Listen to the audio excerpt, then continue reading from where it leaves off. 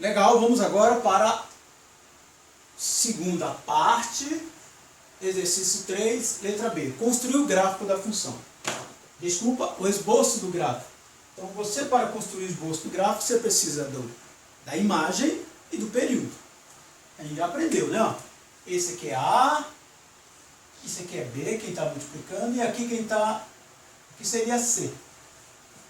Então, A vale 3, B vale 4. A imagem é o intervalo A menos B, A mais B. Temos que achar que a imagem, então vai ser 3 menos 4, 3 mais 4.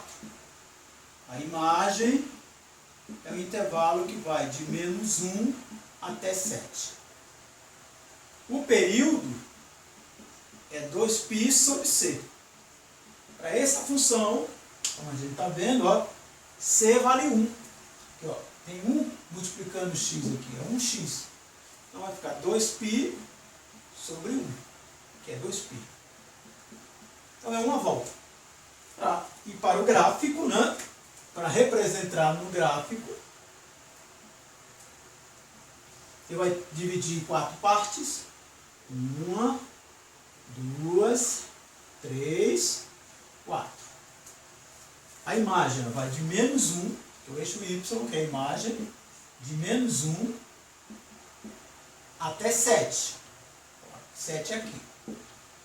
Começar o esboço do gráfico, não precisa estar muito preciso.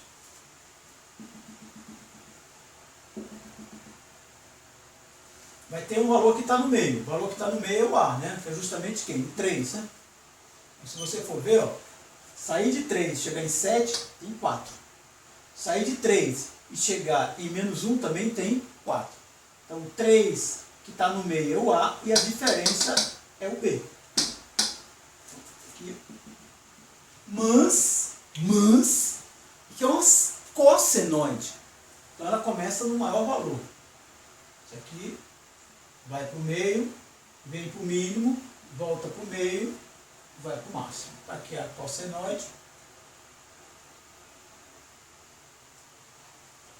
Ela cabe exatamente em 2π. Aqui é π sobre 2. Aqui é π. E aqui é 3π sobre 2. Tá aí. Perfeito, né? Bonito.